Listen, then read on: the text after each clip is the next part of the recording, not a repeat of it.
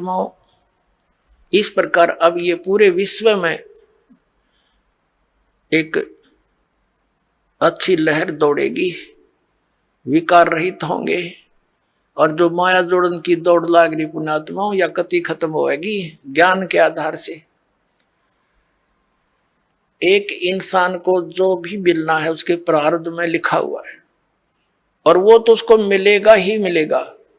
और अब जो आप इस साधना को करोगे, जो दास आपको बताएगा, आपके भाग में ना होगा और आपको आवश्यकता होगी, वो फिर भगवान अवश्य अपने कोटि तो देगा आपको, ये सत्कर मानना। फिर आप किस लिए चोरी करोगे, मिलावट करोगे, और फिर पता चल जाएगा चोरी रिश्वत करने से तो विष खाना है। अपने घर पर रिश्वत लेकर मिलावट करके 2 नंबर का काम करके बच्चों को खिलाना, ये समझ लो उनको विष देने की जरूरत नहीं पड़ेगी आपने लास्ट में। ऐसी स्थिति हो जाएगी आपके परिवार की। हम क्यों फिर विष खाएं जब ज्ञान हो जाएगा ये विष है। तो अभी तक हमें कोई ये बाधा करने वाला था ही नहीं कि तुम जो कर रहे गलत कर रहे हो, और कोई स्वयं भी उस पर रुकने वाला नहीं था। कह देता था तो खुद करता था। जैसे हमारे दादे परदादे पिताजी स्वयं हुक्का पीते थे और बच्चे साथ खड़े हो जाते, हुक्का का मुंह लगा देते, कहते थे मारूंगा तेरे, हट जा, बहुत बुरी चीज है इसको ना पीना, और खुद पीने लग रहे। तो बच्चे कब तक मानेंगे इस बात को, युवा होते हुए शुरू कर देते हैं, फिर उनको धमका भी नहीं सकते। तो ऐसे ही अभी तक जितने भी ये पंथ संत थे ये बुराइयां नहीं छुटवा सके, क्योंकि इनके पास वो वचन शक्ति नहीं थी और ना उनके उनसे उपदेशी को कोई आध्यात्मिक या कोई भौतिक लाभ हुआ। तो अब आपको सारे काम होंगे जो भगवान किया करता है। आपको परमात्मा मिल गया, परमात्मा के गुणों में लिखे हैं, वो रोगी को सुखी करे, निसंतान को संतान दे। भाई और भी हमारे ऊपर आने वाले प्रारब्ध के दुखों को भगवान दूर करता है, इसलिए भक्ति करते थे, इसलिए परमात्मा की खोज करते थे। ये गुण है मालिक के। जैसे बिजली के गुण हैं, बिजली के गुणों में लिखा है कि बल्ब भी जलेगा, ट्यूब भी जलेगी, पंखा भी चलेगा, कूलर भी चलेंगे, और पशुओं का चारा काटने की मशीन भी चलेगी, आटा पीसने की चक्की भी घुमाती है वो।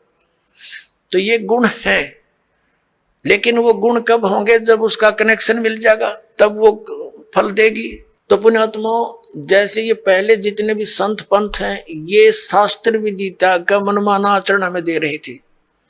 ये हमें कनेक्ट नहीं कर सके उस पावर से जो लाभ दिया करती है। अब जैसे किसी ने 1 एकड़ का लठ गाड़ के उसका तार बांध के पावर हाउस बना रखा हो और आगे उसे सब कनेक्शन लिए बैठे हैं, तो उनके कनेक्शन भी लिए हुए हैं लेकिन वो गुण नहीं हो रहे जो इलेक्ट्रिसिटी करा करती है, क्योंकि इलेक्ट्रिसिटी का कनेक्शन है नहीं, वो तो कनेक्शन उसकी करके लटका बांध रखा है। तो इसी प्रकार ये शास्त्र विदिता का मनमाना आचरण करने वाले, जिनका आप कोई गुरु नहीं, जैसे श्री शिवजाल जी राधा स्वामी पंथ के प्रवर्तक, उनका कोई गुरु नहीं, यानी आगे कनेक्शन नहीं, जहां से पावर आनी थी वो तो कीकर का लठ था एक समझ लो, और उससे फिर ये इतने तार जोड़ दिए सबने, और किसी को खक नहीं हो रहा, सारे लुट पिट कर बैठे हैं घर पे, क्योंकि इनको पता नहीं था कि ये कनेक्शन जोड़ कहाँ रखा है इन्होंने। अब दास ने बताया इनको कि वो खुद भूत बना बैठा है, शिवजाल जी राधा स्वामी पंथ का प्रवर्तक, तुम्हारी क्या यही दशा आपकी होगी जो उससे संबंधित रहेंगे, तो आपने त्यागना पड़ेगा उसको। और दास बताता हमारा कनेक्शन कहाँ से है। परमेश्वर कबीर देव जी जो जुल्हा धाणक कहलाते थे, ये पावर हाउस है, ये अनंत कोट ब्रह्मांड के स्वामी हैं, और वही से हमारा पावर जुड़ा हुआ है। आदरणीय गरीबदास साहिब जी सीधे कबीर साहिब से जुड़े हुए थे, उनके शिष्य हुए सीधे, परमात्मा ने आकर उनको सतलोक दिखाया और वापस छोड़ा। उसके बाद गरीबदास जी के पास शीतल दास जी, और उसके बाद हमारे गुरु जी। हमारा कनेक्शन जुड़ा हुआ उस पावर हाउस से, कनेक्टेड तार है सारे, और वो पावर आपके पास पहुंच रही है। आप सबको लाभ होगा ना, कैसे हो, पावर का तो गुण है, वो लाभ देगी ही देगी आपको। तो इस प्रकार पुण्यात्माओं, आप जी अब सुखी भी होगे, बुराइयों से भी बचोगे, क्योंकि आपको ज्ञान हो जाएगा। परमात्मा कहते हैं जब तक बच्चा अबोध रहता है, एक छोटे से बालक ने क्या देखा, पिताजी शराब पीता था, दादाजी भी घूंटी लगाता था, दादाजी वो एक पशुओं का भूस भर रखा था तूड़ा एक कोठे में, दादाजी दूसरे स्थान पर शराब की बोतल पी के बाकी बची उसमें छुपा देता था और पिताजी दूसरी साइड में छुपा देता था। बच्चे देखा करते थे। एक दिन उस बच्चे ने सोचा पिताजी पियो दादा पियो है तो बढ़िया चीज होगी, तू भी पी ले। उसमें कीड़े मारने की दवाई थी, कोई विष था। वो बोतल भी उस तूड़े में दाब रखी थी। उस बच्चे ने हाथ उठ मारा कि छी कोई पावे वो मैं भी पीऊं। वह कीड़े के जो तेल था मारने के जो विष था वो हाथ लग गया, गाल का कप में पी गया। 5-10 मिनट बाद छौड़े पड़ मरा पाया। सुना देखा वह बोतल धरी कप रखा। तो पुण्यात्मा, और जब उस बच्चे को ये पता हो जाएगा कि ये तो विष है, हाथ भी ना लावर, दूसरा ने भी नौका दूर रहियो भाई ये तो मर जाएगा इससे। तो पुण्यात्माओं परमात्मा हमें ये आगाह कराते हैं कि कौन सा विष है कौन सा अमृत है। और जब आपको ये ज्ञान हो जाएगा फिर बताते हैं जैसे किरका जहर का रंग होरी हो, कहो कौन तिस खाव राम रंग होरी हो। होरी माने खुशी। जैसे कहीं पर विष का कण भी गिरा हो और आपको पता चल जाए ये विष का कण है, कहते उस कण को भी कौन खाओगा? किरके को उठा के दूर गिर का होगा, मिट्टी में दाब देगा और हाथ धोएगा कहीं हमें प्रभाव ना कर जाए। तो परमात्मा कहते हैं जैसे किरका जहर का रंग होरी हो, कहो कौन तिस खाव राम रंग होरी हो।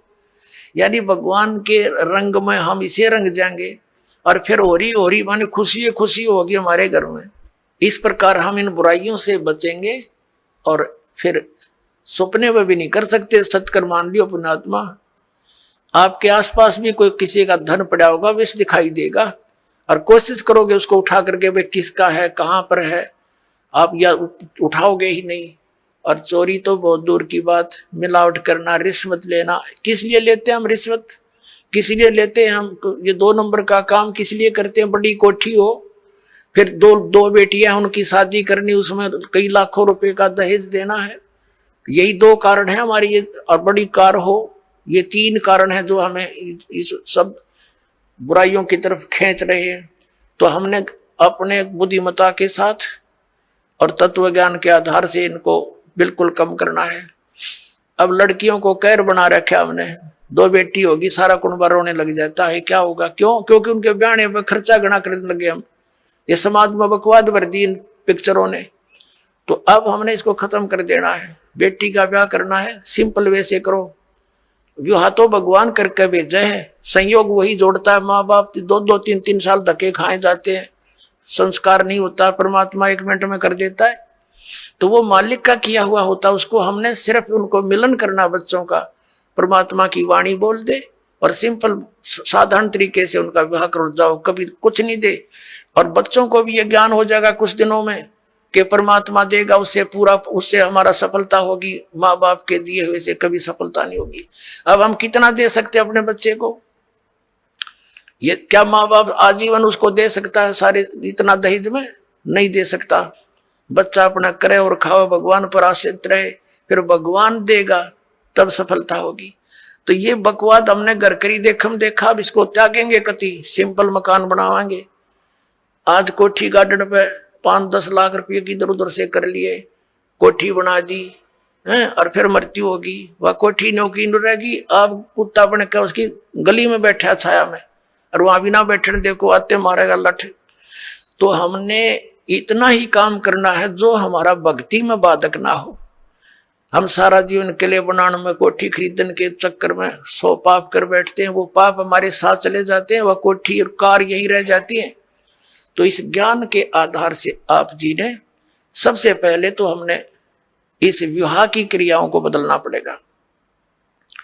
उसके बाद फिर हमने इन कोठियों की जरूरत क्या है? एक सिंपल मकान बनाओ जो भगवान ने आपको दे रखा है, अवश्य बनाओ, ठीक गर्मी सर्दी से बचने के लिए। और समय की वर्तमान की जो आवश्यकताएं हैं, आपको कार भी चाहिए, मान ले स्पीड अच्छी होगी जमाने की, मोटरसाइकिल चाहिए। आप विश्वास करना परमात्मा आपको वो भी देगा, लेकिन सदुपयोग के लिए उसमें परमात्मा की कैसेट ला के चले उसके अंदर भगवान की टेप चलावे, मालिक की चर्चा करता जावे आवे, तो वो आपको सबको दे सकता है। मालिक के घर में किसी चीज की कमी नहीं, लेकिन दुरुपयोग ना हो। और हमेशा परमात्मा देगा, उसी में सफलता प्राप्त होती है। और भगवान तो इस मिट्टी का सोना बना के दे दे आपको, पता नहीं कहां कहां से बरकत कर देगा। बीड़ी शराब मांस तम्बाकू छोड़ दिया, आप पर बरकत होगी। आपके रोग होना था वो लागत 10 लाख रुपये, 2 लाख रुपये, अरे 100 रुपया की दवाई से मालिक ठीक कर देगा, बहाना सा करके, तो होगी बचत सारे शुरू।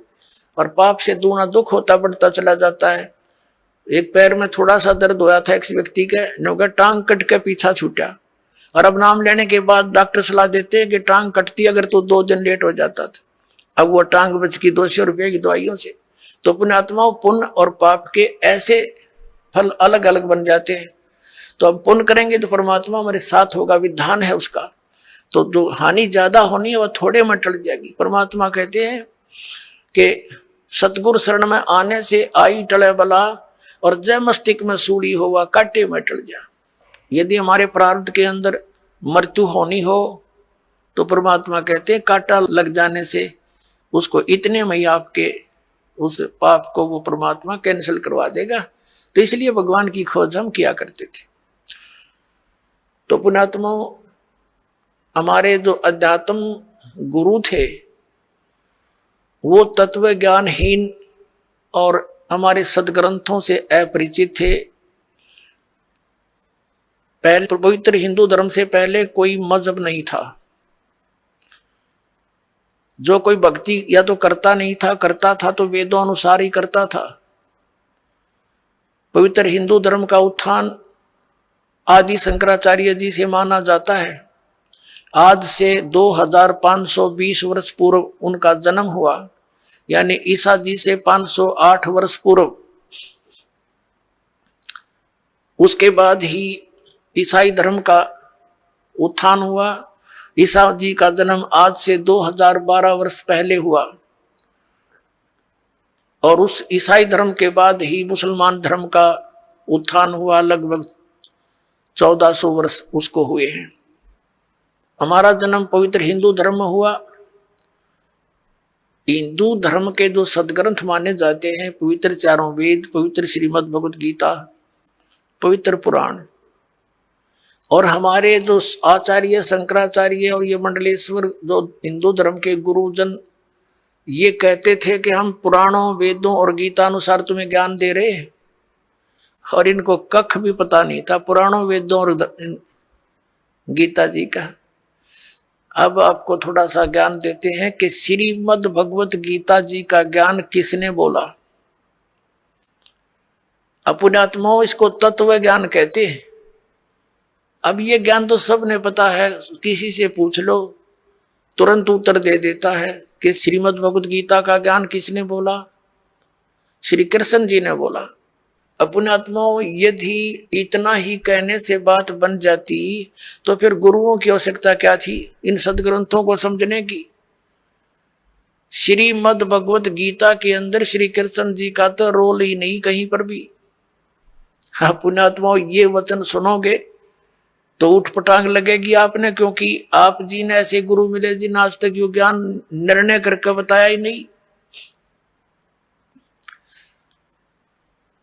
जब तक हम सृष्टि रचना से परिचित नहीं होते तब तक हम इस पॉइंट को नहीं समझ सकते जो दास अब क्लियर करने जा रहा है। सृष्टि रचना के विषय में स्वयं परमेश्वर ने आके बताया है कबीर साहब ने। यहां सृष्टि रचना तो नहीं सुनाऊंगा, लेकिन थोड़ा सा हिंट सदग्रंथों का दे करके और श्रीमद् भगवत गीता का ज्ञान किसने दिया वो बताएंगे। श्रीमद् भगवत गीता अध्याय नंबर 15 के श्लोक नंबर 16 और 17 में 3 पुरुष हैं, एक सर पुरुष, एक अक्षर पुरुष, एक परम अक्षर पुरुष है। 17वें श्लोक में जो कहा है कि उत्तम पुरुष है तू, वो परम अक्षर पुरुष है।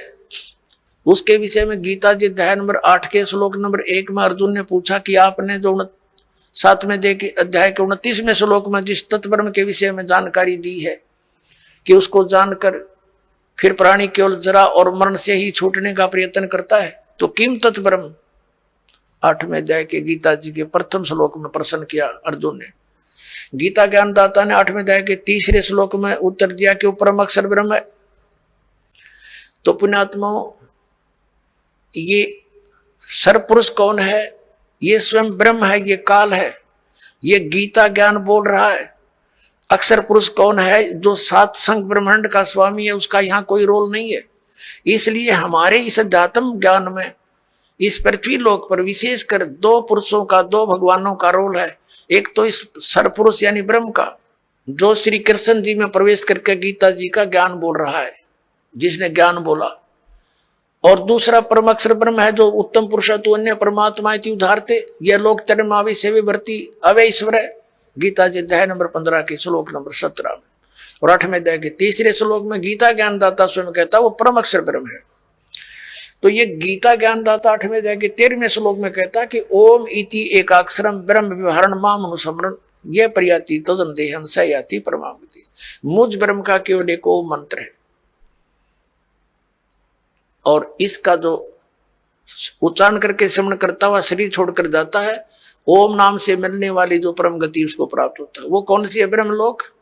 ओम नाम से ब्रह्म का है, ब्रह्मलोक में रहता है ब्रह्म, तो ब्रह्म प्राप्ति होती है। 8वें अध्याय के 16वें श्लोक में लिखा है कि ब्रह्मलोक पर्यंत भी जन्म मृत्यु के अंदर है।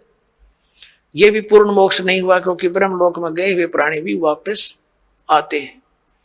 और गीता ज्ञानदाता स्वयं भी कहता है 2 अध्याय के 12वें श्लोक में, 4 अध्याय के 5 और 9 श्लोक में, 10वें अध्याय के 2 श्लोक में कि अर्जुन तेरे और मेरे बहुत जन्म हो चुके। इसलिए 18वें अध्याय के 62वें श्लोक में गीता ज्ञानदाता कहता है कि तू सर्वभाव से उस परमेश्वर की शरण में जा, उसकी कृपा से ही तू परम शांति को, सनातन परम धाम को प्राप्त होगा। गीता जी अध्याय नंबर 15 के श्लोक नंबर 4 में कहा कि जब तत्वदर्शी संत मिल जा, उसके बाद उस परमेश्वर के उस परम पद की खोज करनी चाहिए, जहां जाने के बाद साधक फिर लौटकर कभी संसार में नहीं आते।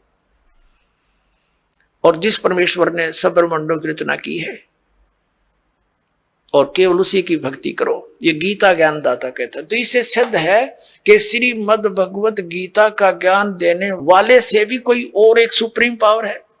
अब श्रीमद् भगवत गीता का ज्ञान कौन दे रहा? जो ये कह रहा कि मेरा एक ओम नाम है, ओम नाम ब्रह्म का है।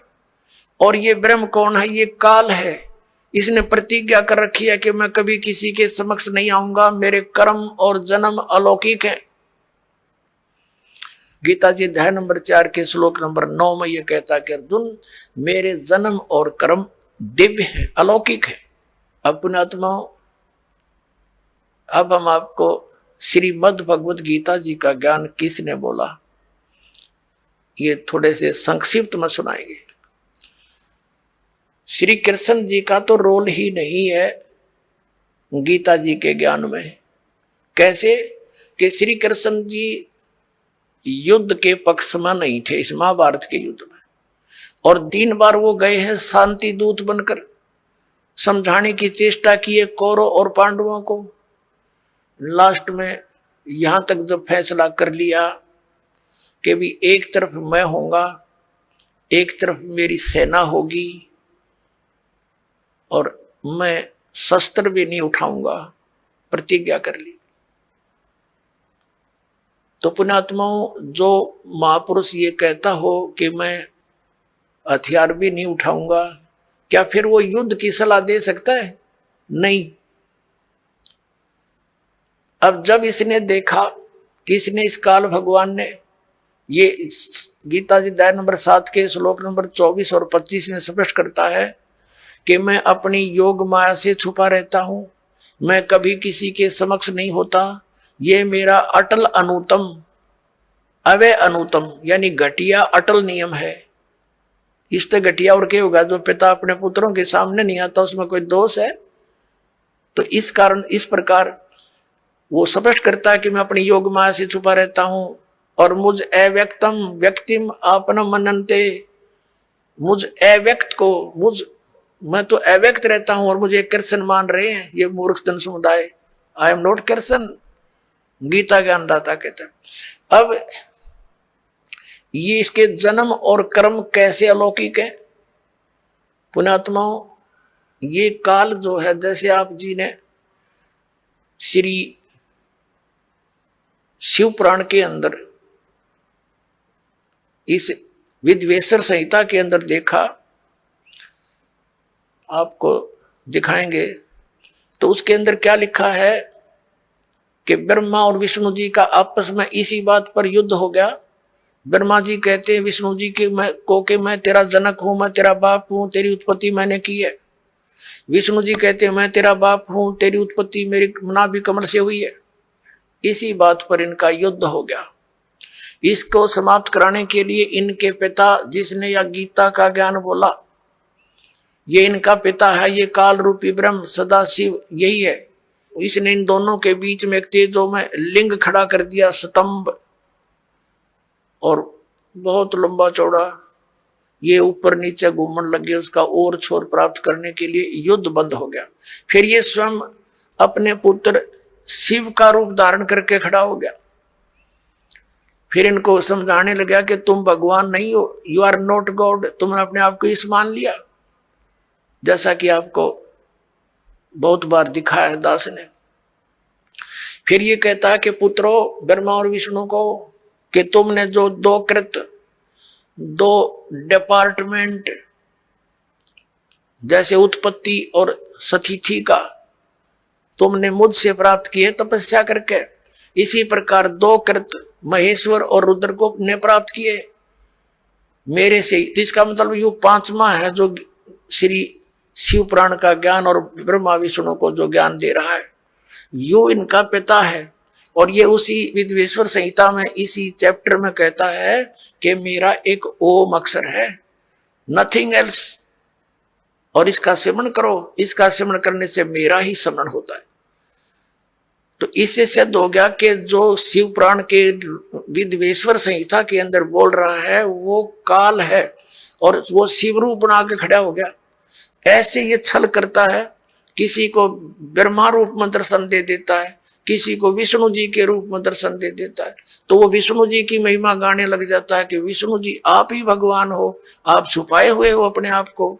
इस प्रकार इनको भ्रम हो जाता है। और ये कैसे, इसके कर्म अलौकिक हैं। अब आपको दिखाते हैं थोड़ा प्रमाण सदग्रंथों में। एक बार देवताओं का और असुरों का, राक्षसों का युद्ध हो गया और राक्षस विजयी हो गए, देवता भाग गए, मैदान छोड़ गए। देवताओं ने कहीं जाकर के इकट्ठा होकर भगवान विष्णु की आराधना की, और ये विष्णु रूप धारण करके, ये ब्रह्मा विष्णु महेश का पिता जिसने गीता बोली, ये वहां प्रकट हो गया। और इसने पूछा कि तुमने जो तुम्हारे मन की बात मैंने जान ली है, और आप जाओ, जो ससाद का पुरंजय नामक पुत्र है उसको युद्ध के लिए खड़ा कर लो, राक्षसों के आमने सामने खड़े हो जाओ और उसको तैयार कर लो। मैं उसके शरीर में प्रवेश करूंगा, राक्षसों को मार दूंगा। अब दिखाता हूं आपको, ये देखिएगा श्री विष्णु पुराण, गीता प्रेस गोरखपुर से प्रकाशित है। ये है श्री विष्णु पुराण, सचित्र हिंदी अनुवाद सहित है, इसमें संस्कृत भी साथ है। अनुवादक है मुनीलाल गुप्त और गीता प्रेस गोरखपुर से प्रकाशित। प्रकाशक एवं मुद्रक है गीता प्रेस गोरखपुर, गोविंद भवन कार्यालय कोलकाता का संस्थान। ये है अध्याय नंबर 2 और चतुर्थ अंश और 233 पृष्ठ पे ये विष्णु पुराण। अब हम आपको यहां ले आते हैं, 233 पृष्ठ पे यहां से पढ़ेंगे। पूर्व काल में, त्रेता युग में एक बार अति भीषण देव असुर संग्राम हुआ, देवताओं और राक्षसों का। उसमें महाबलवान दैत्यगण से पराजित हुए देवताओं ने भगवान विष्णु की आराधना की। तब आदि अनंत शून्य अशेष जगत प्रतिपालक श्री नारायण ने देवताओं से प्रसन्न होकर कहा, आप लोगों का जो कुछ अभिष्ट है वह मैंने जान लिया है। तुम जो चाहते हो मैं समझ गया। उसके विषय में यह बात सुनिए। राजऋषि ससाद का जो पुरंजय नामक पुत्र है, उस अक्षत्रिय श्रेष्ठ के शरीर में अंश मात्र से यानी कुछ समय के लिए स्वयं अवतीर्ण होकर उन संपूर्ण दैत्यों का नाश करूंगा। अतः तुम लोग पुरंजय को दैत्यों के वध के लिए तैयार करो। ठीक हो गया। अब इसने क्या किया, पुरंजय को खड़ा कर दिया देवताओं ने समझा बुझा के, और राक्षस भी सामने हो गए।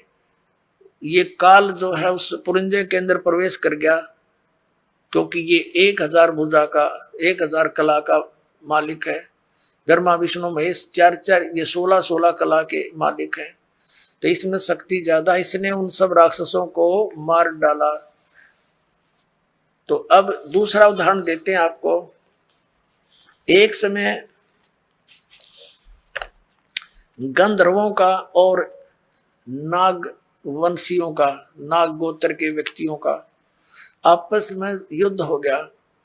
तो गंधर्वों ने नागों को पराजित कर दिया और उनके सब धन लूट लिया। तो फिर नाग वंशियों ने यानी नाग गोत्र वाले व्यक्तियों ने इकट्ठे होकर भगवान विष्णु की आराधना की। फिर ये विष्णु रूप में काल प्रकट हो गया।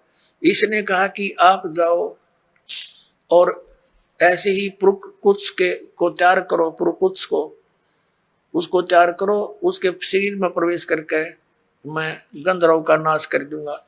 अब देखो प्रमाण, ये है अध्याय नंबर 3 और श्लोक नंबर 200। ये श्री विष्णु पुराण, ये है अध्याय नंबर 3 और चतुर्थ अंश श्री विष्णु पुराण, पृष्ठ 242 पे, यहाँ नीचे आइएगा। तीसरा अध्याय। पूर्व काल में रसातल में मोने नामक 6 करोड़ गंधर्व रहते थे। उन्होंने समस्त नाग कुल के प्रधान रतन और अधिकार छीन लिए थे। गंधर्वों के पराक्रम से अपमानित उन नागेश्वरों द्वारा स्तुति किए जाने पर उसके श्रवण करने से जिनकी विकसित कमल सदृश आंखें खुल गई हैं, निंद्रा के अंत में जागे हुए उन जलशाही भगवान सर्वदेवेश्वर को प्रणाम कर उनसे नाग गुणों ने कहा, भगवान इन गंधर्वों से उत्पन्न हुआ हमारा भय किस प्रकार शांत हो। तब आदि अनंत रहित भगवान पुरुषोत्तम ने कहा, यो नासव के पुत्र मान धाता का जो यह पुरुकुत्स नामक पुत्र है, उसमें प्रविष्ट होकर मैं स्पष्ट कर दिया, प्रविष्ट होकर उसमें प्रवेश करके मैं उन संपूर्ण दुष्ट गंधर्वों का नाश कर दूंगा। हो गया स्पष्ट। अब इसके कर्म अलौकिक ऐसे हैं, ये कहता मेरे कर्म दिव्य हैं। इसी प्रकार इसने श्री कृष्ण जी में प्रवेश करके गीता का ज्ञान वेदों वाला प्लस में अपनी युद्ध कराने की जो अटकलबाजी, ये श्रीमद् भगवत गीता नाम से 18 अध्याय इसने बोले, और आखिर में डरा धमका के विराट रूप दिखा के भयंकर रूप जिसको देख करके अर्जुन कांपन लग गया, अर्जुन जैसा योद्धा, और लास्ट में डरते ने हाँ भर ली अर्जुन ने, कि उसने सोच लिया कि इसका उद्देश्य युद्ध करवाना है, और यदि मैं ना कर दूंगा और इसने फिर एक बार वो विराट रूप दिखा दिया, मेरा हार्ट अटैक हो जाएगा। इसलिए इसने अपनी भलाई समझी कि मरना तो मैंने है ही, युद्ध करूंगा वहां भी मारा जा सकता हूं, और देश ने फिर विराट रूप दिखा दिया फिर भी मारा जा सकता हूं, और भगवान के इरादे से वो परिचित हो गया था कि ये युद्ध चाहता है। तो इसने कह दिया कि हाँ जी मैं आप सब समझ गया हूं, आप जो कहना चाहते हो मैं युद्ध कर लूंगा। नहीं, श्री कृष्ण युद्ध करवावे, जब पहले वो मना कर रहा था कि नहीं आप युद्ध मत करो, नाश हो जाएगा। और फिर ये क्या कहते हैं हमारे धर्मगुरु कि अर्जुन अक्षत्रिय धर्म का पालन नहीं कर रहा था, इसलिए भगवान ने उसको प्रेरित किया। अरे श्री कृष्ण स्वयं अक्षत्रिय था, और जब काल्यवन ने चढ़ाई करी मथुरा के ऊपर, स्वयं भगवान युद्ध मैदान छोड़कर भाग गए थे, जिस कारण से उनको रण छोड़ भगवान कहा जाता है। तो उन्होंने उस समय भी अपना क्षत्रिय धर्म का पालन त्याग दिया, इसलिए कि जिस कारण से अनर्थ टल जावे, नाश ना होए। तो क्या वो व्यक्ति फिर अक्षत्रिय धर्म के पालन करने के लिए इसे नाश करने की सलाह दे सकता है? तो पुण्यात्माओं, अब हमने इन सदग्रंथों से स्वयं परिचित होना है। ठीक है, इन्होंने जितना ज्ञान दिया वो इनके सत्र का इनके पास रहे। अब हम सदग्रंथों के अनुसार साधना करेंगे और ज्ञान ग्रहण करेंगे। अब आपको दिखाते हैं कि श्री कृष्ण जी को तो पता नहीं मैंने क्या बोला था गीता जी में, अभी दिखाता हूं। अपनात्माओं, महाभारत का युद्ध हो लिया, कौरवों का नाश हो गया, पांडव राजगद्दी पर विराजमान हो गए। उसमें श्री कृष्ण के अंदर से काल निकल गया। ओनली श्री कृष्ण विद्यमान था, प्रेजेंट था। एक दिन श्री कृष्ण जी ने कहा कि अब मैं वापस जाता हूं द्वारका को और तुम अपना राज करो। अर्जुन ने कहा कि भगवान आप हमें कुछ सत्संग अध्यात्म ज्ञान सुना कर जाओ, क्योंकि आप हमारे गुरु हो। एक सत्संग करके जाइयो। जब श्रोतागण सामने बैठे थे, अर्जुन और कृष्ण वहां पर टहल रहे थे, सत्संग का समय के इंतजार कर रहे थे, श्रद्धालु आ रहे थे। तब श्री कृष्ण जी से अर्जुन ने कहा, भगवान कृपा मुझे वही ज्ञान सुनाना जो आपने युद्ध के दौरान सुनाया था, यानी वो गीता जी का ज्ञान बताना। अब मैं भूल गया हूं, बुद्धि के दोष से मुझे याद नहीं रहा। श्री कृष्ण जी कहते हैं कि तू बड़ा श्रद्धाहीन है अर्जुन, तू बड़ा बुद्धिहीन है, तूने उस ज्ञान को याद क्यों नहीं रखा? और अर्जुन पर तो डांट मार रहे हैं कि तूने याद क्यों नहीं रखा, और स्वयं कह रहे हैं अब मैं पूरा ज्यों का तो तुझे उसको नहीं बता सकता, क्योंकि उस समय मैंने योग युक्त होकर ये ज्ञान बोला था। भले आदमियों, जब युद्ध के इसे खतरनाक भयंकर समय में योग युक्त हुआ जा सकता है, तो इस पीस में क्या दिक्कत आ गई योग युक्त होने में? अब हो जा 2 मिनट लागे जो ज्ञान होता उसने बोला हो, तो उसने बोला ही नहीं था। ये श्री कृष्ण में प्रवेश करके काल बोल गया। जैसे आप देखते हो एक प्रेत आत्मा दूसरे के शरीर में प्रवेश कर जाती है और वो प्रेत बोलता रहता है, बहुत कुछ बोल जाता है। उसके जाने के बाद जिस शरीर की वो आत्मा अपने सचेत होती है, फिर उसको कोई अन्य ही बताते हैं, ऐसे बोल रहा था तू, ऐसे बोला, ऐसे बोला। उसको कुछ नहीं पता होता मैंने क्या बोला, और ही बताते हैं। फिर वो कहने लग जाता मैंने एक दिन ऐसे बोला। तो ऐसे श्री कृष्ण जी में प्रवेश करके उसकी आत्मा को दबा कर ये काल बोल गया सारे काम में। और उसके निकलने के बाद फिर ओरिजिनल कृष्ण था, वो क्या बोलता है दिखाता हूं आपको। देखिए, ये संक्षिप्त महाभारत द्वितीय खंड, ये द्वितीय खंड गीता प्रेस गोरखपुर से प्रकाशित है। संपादक तथा संशोधक हैं जयदयाल गोविंद का, जिसने श्री मद्भुत गीता का भी अनुवाद किया है। गीता प्रेस गोरखपुर से प्रकाशित है, गीता प्रेस गोरखपुर से। इसके 667 पृष्ठ पर आप जी को ले चलते हैं। ये देखिएगा, पृष्ठ नंबर 667, 667, और ये है संक्षिप्त महाभारत। संक्षिप्त महाभारत। अब यहां आ गया। जन्मेजय ने पूछा, ब्रह्मन, शत्रुओं का नाश हो जाने के बाद जब महात्मा श्री कृष्ण और अर्जुन सभा में बैठकर वार्तालाप कर रहे थे, उस समय उनमें क्या बातचीत हुई? तो वैशंपायन जी कहते हैं, कहा राजन, श्री कृष्ण के सहित अर्जुन ने जब अपने राज्य पर पूरा अधिकार प्राप्त कर लिया तो वे दिव्य सभा भवन में आनंद से रहने लगे। एक दिन सज्जनों से घिरे हुए वे दोनों मित्र स्वेच्छा से घूमते घूमते सभा मंडप के ऐसे भाग में पहुंचे जो स्वर्ग के समान सुंदर था। पांडुनंदन अर्जुन श्री कृष्ण के साथ रहकर बहुत प्रसन्न थे।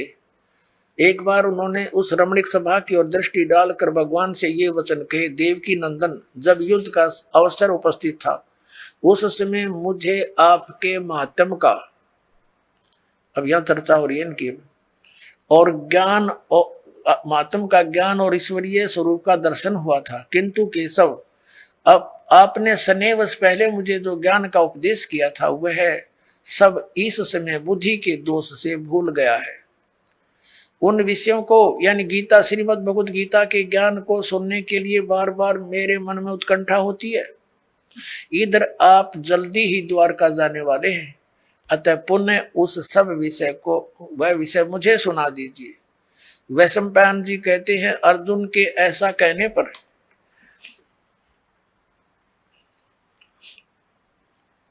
वक्ताओं में श्रेष्ठ महातेजस्वी भगवान श्री कृष्ण ने उन्हें गले से लगाकर इस प्रकार उत्तर दिया।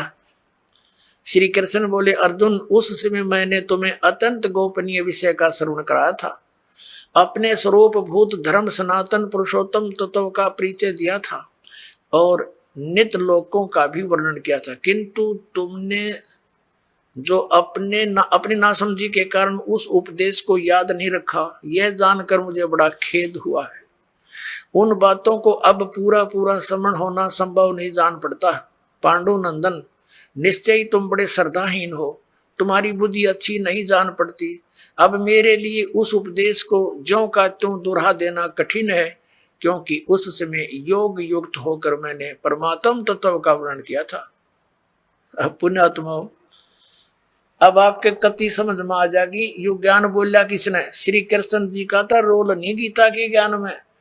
अब ये खुद कह रहे हैं कि मैंने, अब जैसे ये दास आपको ये सत्संग सुना रहा है और आप मुझे 10 वर्ष के बाद पूछ दियो, जी इस विषय पर जो आपने ये सत्संग किया था कृपा फिर सुनाइयो।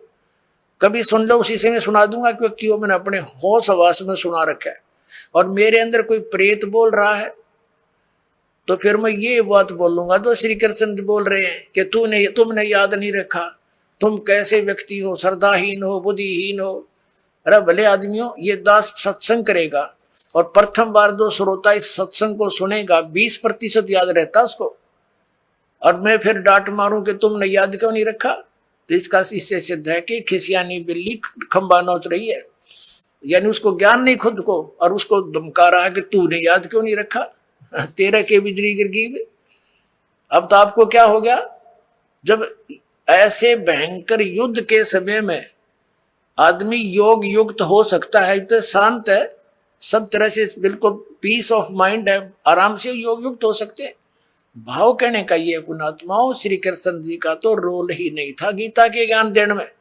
अब श्रीमद् भगवत गीता का ज्ञान दिया किसने है? ये काल ने दिया।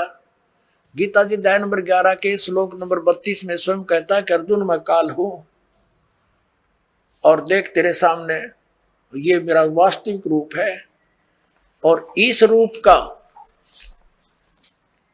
यानी जो मैंने अब तुझे ये रूप दिखा है, इस रूप का पहले ना तो किसी ने पहले दर्शन हुआ, ना आगे कोई कर सकता। ये तेरे ऊपर रहम करके मैंने ये अपना विराट रूप दिखा। पुणात्माओं, यदि श्री कृष्ण जी बोल रहे होते गीता, तो ये शब्द नहीं कहते कि ये मेरा विराट रूप पहले किसी ने नहीं देखा, क्योंकि श्री कृष्ण जी तो अपना विराट रूप कौरवों की सभा में दिखा चुके थे। उस विराट में दिन रात का अंतर है। पुणात्माओं, एक तो 60 वाट का बल्ब हो, ट्यूब हो, और एक हो 1000 वाट की, तो कितना अंतर है। ट्यूब दोनों है, लेकिन वो 1000 वाट वाली 60 वाट वाली से भिन्न होती है। तो इसी प्रकार इन दोनों ने ही विराट रूप दिखाया था, उसमें और उसमें भिन्नता थी। और ये शब्द श्री कृष्ण जी नहीं कह सकते कि पहले किसी ने नहीं देखा और आगे कोई नहीं देख सकता। तो इससे सिद्ध है गीता ज्ञानदाता श्री कृष्ण नहीं, उसके अंदर प्रवेश करके काल बोल रहा। वो 1000 भुजा का भगवान है, 1000 कला का है, सहस्रा बाहु। अब 11वें अध्याय के 21वें श्लोक में अर्जुन कहता है कि हे सहस्रा बाहु, हे 1000 भुजा वाले भगवान, अपने उसी चतुर्भुज रूप में आ जाओ। क्योंकि वो श्री कृष्ण मान रहा था उसको, और श्री कृष्ण इज विष्णु जी जो है ये 4 भुजा के भगवान है। अब इस दास की नजरों से आपको पता चलेगा कि श्रीमद् भगवत गीता का ज्ञान किसने बोला। और दूसरा और अन्य प्रमाण एक ये है कि श्री कृष्ण तो अर्जुन के साले थे। श्री कृष्ण की बहन अर्जुन को ब्याही थी सुभद्रा जी, अपने साले को पहचानने से भूल गया वो। श्री कृष्ण नहीं था वो। श्री कृष्ण से बाहर निकलकर वो काल देख रहा था, ऐसे भयंकर रूप दिखाया, और श्री कृष्ण अलग खड़े हैं, ओझल हो गए उसके प्रकाश में, तेज में। तब अर्जुन पूछता है, हे महानुभाव आप कौन हो, मैं आपको नहीं पहचानता। तो क्या श्री कृष्ण थे वह? और भी ढेर सारे प्रमाण हैं कि श्री कृष्ण जी ने गीता का ज्ञान नहीं कहा। श्री कृष्ण जी ने पहले कभी काल नहीं कहा अपने आप को, बाद में कभी काल नहीं कहा। श्री कृष्ण जी के पास तो ये जितनी गौवें थी, ग्वाल बाल थे, गोपियां थी, सब आकर के प्यार पाते थे, उसकी तरफ देखते रहते थे, निहारते रहते थे। क्या वो काल हो सकते हैं? तो पुण्यात्मा, श्रीमद् भगवत गीता का ज्ञान इस सर्वपुरुष ब्रह्म ने दिया, जो ब्रह्मा विष्णु महेश का पिता है, और इसी को हमारे धर्म गुरु इसी को परम ब्रह्म बोलते हैं। इस काल को कि ये मूर्ति रहित है, ये आकार में आया तो सदाशिव बन गया, ब्रह्मा जी बताते हैं। और फिर इसने अपने शरीर से एक स्त्री की निकाली अपने शरीर से, जो इसके श्रीअंग से अलग होने वाली नहीं थी। वो कौन थी? वो दुर्गा थी। वो परमेश्वर ने निकाली थी इस काल के पेट से, जो आपको सृष्टि रचना में बहुत बार बताया और सुनाया गया है। तो ये श्री शिव पुराण के अंदर आप देखते हो, रुद्र संहिता के अंदर आपको कल भी दिखाया था और भी दिखाएंगे समय आने पर। तो उसके अंदर स्पष्ट है कि श्री दुर्गा जी से और श्री शिव यानी इस कसत काल रूपी भगवान से विष्णु जी की उत्पत्ति हुई, इन दोनों के सृष्टि क्रम से, और ऐसे ही ब्रह्मा जी की उत्पत्ति की। और फिर विद्वेश्वर संहिता में ये आपने देख लिया, 5 बोलने वाला ये अलग है, और शिव, विष्णु, ब्रह्मा और रुद्र, ये चारों को ये उपदेश दे रहा है। तो ये काल रूपी ब्रह्म जो है, इसने गीता जी का ज्ञान बोला, और इसने अपनी सतिथि बताई कि तेरे और मेरे बहुत जन्म हो चुके अर्जुन, तो नहीं जानता मैं जानता हूं। और इसलिए परम अक्षर ब्रह्म की तरफ 18वें अध्याय के 62वें श्लोक में इसने कहा है, यदि तूने पूर्ण मोक्ष चाहिए, परम शांति की चाहिए, तो उस परम अक्षर ब्रह्म की शरण में जा, उसकी कृपा से ही तू परम शांति को और सनातन परम धाम को प्राप्त होगा। फिर उसके लिए ऑप्शन छोड़ दिया कि उसके लिए तत्वदर्शी संतों की खोज कर, वो संत जैसे बताएं तू वैसे भक्ति कर, तब तेरा पूर्ण कल्याण होगा। बोलो सतगुरुदेव।